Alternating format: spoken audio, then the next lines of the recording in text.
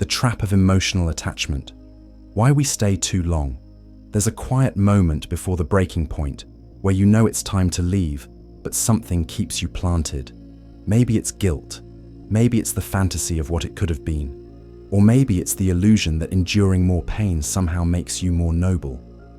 But the truth is harsher than we like to admit. Most people stay far past the expiration date of their peace.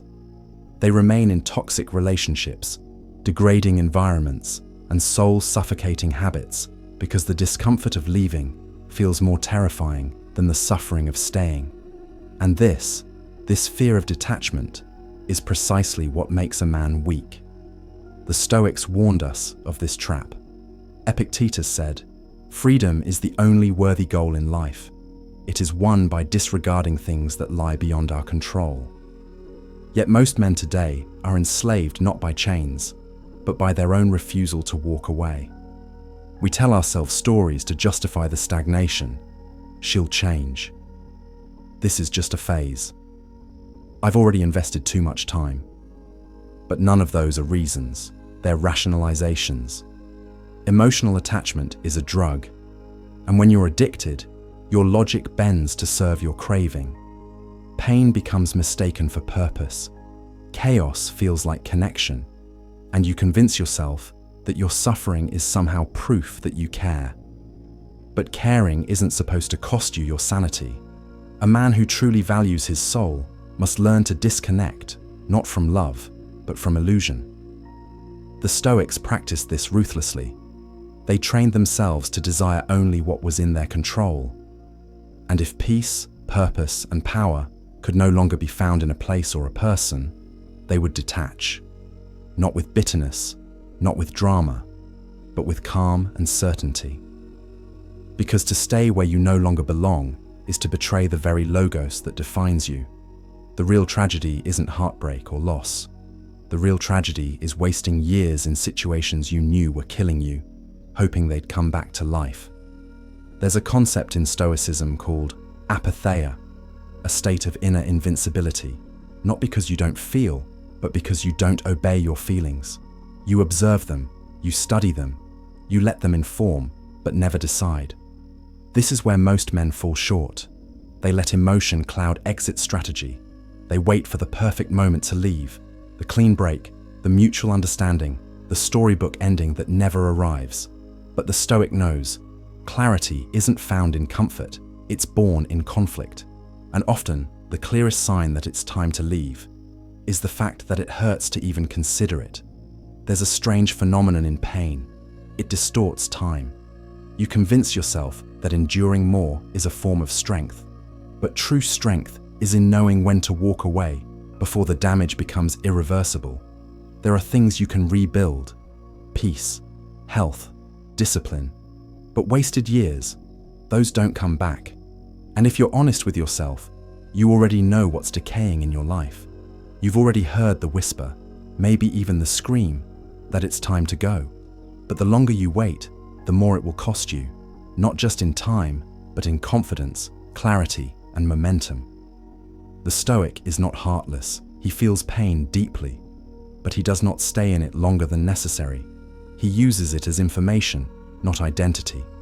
And when he realizes that pain has outlived its purpose, he does the hardest thing a man can do. He walks away, not because he's cold, but because he's awake. There's a moment every man reaches when staying becomes more dangerous than leaving. It doesn't come with fireworks, no dramatic ending, just a quiet, steady decay. You look at the person you once loved, or the life you once fought to build, and something inside you knows it's no longer aligned with who you're becoming. But that knowledge alone isn't enough, because walking away, especially when emotions are still raw, requires a level of discipline that few possess. The world teaches men to be saviors, to fix, to endure, to stay. But Stoicism teaches the opposite, to see clearly and to act decisively, even when that action is painful, especially when that action is painful. A man once told me the story of his final day in a long, draining relationship. He had given everything: time, love, money, energy. She had once been his muse, but over time became his prison. She belittled him in private, flirted publicly, tested his patience like it was sport. But still, he stayed. Not because he didn't see the signs, but because he had fused his identity with her presence. He believed if he left, he would lose himself. That staying, somehow, was proof of love and masculinity. But one night, in the stillness after another argument, he looked in the mirror and didn't recognize the man staring back. He had lost weight, lost confidence, lost his edge. And in that moment, clarity hit like thunder. I either leave now, or I become a ghost of who I was meant to be. What if everything you chase is what's weakening you? What if pleasure isn't reward, but a trap? And what if desire itself was the enemy all along? Death of desire, the Stoic's path to cold clarity. This is not a guide. This is not self-help. This is war. Kill the need. Master the mind. That moment, the one where emotion gets overruled by truth, is the Stoic tipping point. But make no mistake, it doesn't come easy. You don't just decide to leave and feel empowered. You feel fear. You feel guilt. You feel grief for the version of the future that will never be. And that's where most men fold. They make the mistake of thinking that pain is a sign to pause, when in reality, pain is the signal to act. The Stoics had a practice for this exact kind of moment. It was called premeditatio malorum, the premeditation of evil. It means visualizing everything that could go wrong and becoming mentally resilient before it happens. You don't just walk away blind, you prepare for it like a general plans retreat. You think ahead. You accept that loneliness will visit, that temptation to return will whisper, that people will judge and ask questions, and you make peace with it all. Because the power of your departure lies not in escaping pain, but in choosing it consciously. There is a silent nobility in the way Stoics leave. They don't burn bridges. They don't scream their worth on the way out. They withdraw their energy. They reclaim their time. And they do it in stillness. Because a loud exit is still seeking attention. A Stoic exit is a declaration to yourself, not to the world. It says, I owe no one a performance. My peace is not up for negotiation. But make no mistake, this is war. Not with the other person, not even with the environment, but with yourself, the version of you that's addicted to chaos, the version that sees suffering as proof of value. You must confront him. You must bury him, because he will convince you to stay in hell if it means feeling needed.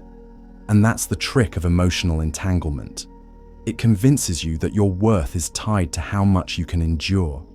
But Stoicism flips that. Your worth is not in how much you suffer. It's in how willing you are to walk away from what no longer aligns with your highest self. There's an art to departure. You must control the frame. Never leave in weakness. Leave in awareness. Not because you ran out of love, but because you ran out of reasons to tolerate what violates your values. Leave when you still have your dignity. Leave before resentment poisons your spirit. Leave while you still recognize the man in the mirror. Because the longer you stay past that point, the more your soul decays.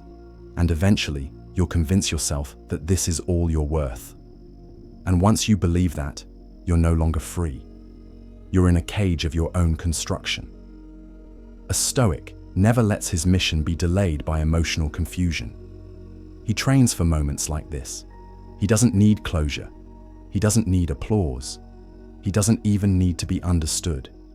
He just needs one thing: the certainty that he has honored truth over illusion. And so, if you're reading this and you feel that tightening in your chest, that whisper in your gut, that unshakable sense that it's time to go, don't wait for the collapse. Don't wait until they betray you again. Don't wait for the perfect moment that never comes. Create the moment. Exit quietly. Exit calmly. Exit completely. Because how you leave determines how fast you rise again. After the exit comes the silence. The phone doesn't buzz like it used to. The routine collapses. You sit alone in a room you used to share with another life, another identity. And for a while, it feels like death. Not the loud, tragic kind, but a quiet burial of what was. This is where most men panic. They confuse the absence of chaos with emptiness. But the Stoic does not. He knows that silence is not the end. Silence is the beginning of transformation. Like a sword fresh out of the fire, he now enters the forge of solitude. This is where the next version of you is built. There's a period after every decisive exit where you must unlearn everything that kept you trapped. The addiction to approval, the fear of loneliness, the habit of shrinking yourself to make others comfortable. And it's not glamorous. No one's clapping for you. There are no quick wins. You're not in the spotlight. You're in the dark, chiseling away the weaker parts of yourself. This is your private resurrection. No one sees it, but everything that comes after it is shaped by it. In the alchemy of lust, you'll be taken deep into the ancient and forgotten discipline of sexual transmutation, a principle once reserved for monks, warriors, kings, and creators. Marcus Aurelius once said, "Look well into yourself. There is a source of strength which will always spring up if you will always look." This is that moment. The solitude after departure reveals your true character. You're no longer reacting to external madness. You're building from the inside out. Most men are terrified of this process. They rush into distractions, new women, new noise, new substances, to avoid facing the mirror. But the Stoic man knows better. He leans into the emptiness. He understands that the pain of rebirth is sacred, and to interrupt it is to rob yourself of greatness. Let me tell you about a man who walked away from everything. His career, his relationship, his reputation. He was mocked, left behind, alone, and for months he heard nothing but doubt, both from the world and from within. But while they partied, he planned. While they judged, he trained. While they chased validation, he chased clarity. By the time the world noticed him again, he wasn't the same man. He had become a weapon, sharpened in solitude, polished by pain, guided by principle. That's what this process gives you, cold clarity. The kind of clarity that cannot be manipulated, the kind of strength that doesn't flinch. But clarity without direction is just stillness. The Stoic doesn't just sit in his new self, he moves. He attaches to mission, not to people, not to feelings, but to something higher, something divine, something built from within. This is Logos, the rational order, the eternal fire, the mission that no one can take from you because they didn't give it to you. The mission becomes your compass, your mind becomes your temple, and your life, now free of emotional parasites, becomes a platform for disciplined expansion. You no longer need loud music to feel alive. You no longer need someone's touch to feel worthy. You no longer need applause to validate your decisions. Why? Because the man who leaves when it hurts the most and rebuilds in silence becomes untouchable. He's not afraid of loss. He's not shaken by rejection. He's not lured by fake peace. He walks into every room knowing, I've already faced myself. I've already walked through fire. What can you possibly do to me? This is not about becoming a cold, detached machine. It's about becoming sovereign, whole, centered. So when the world throws its chaos your way again, as it always will, you don't react. You respond.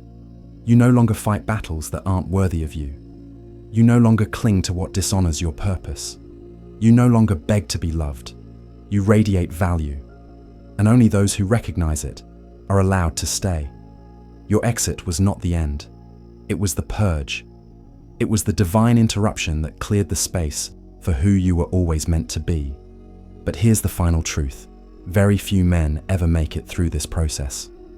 Most go back. They return to what was killing them because it was familiar. But you, if you choose the Stoic path, you won't. You'll walk forward. Quietly, powerfully, unapologetically. Not because it didn't hurt, but because you refused to let pain define your path. You left when it hurt. You rebuilt in silence. And now, you rise without permission. Thus remember, we are Indecepta. Becoming Indecepta is the code they never wanted you to learn. A psychological war map for men, forbidden teachings fused with modern strategy for influence, dominance, and self-mastery. If you want peace, prepare for war. The Indecepta archive is the complete vault.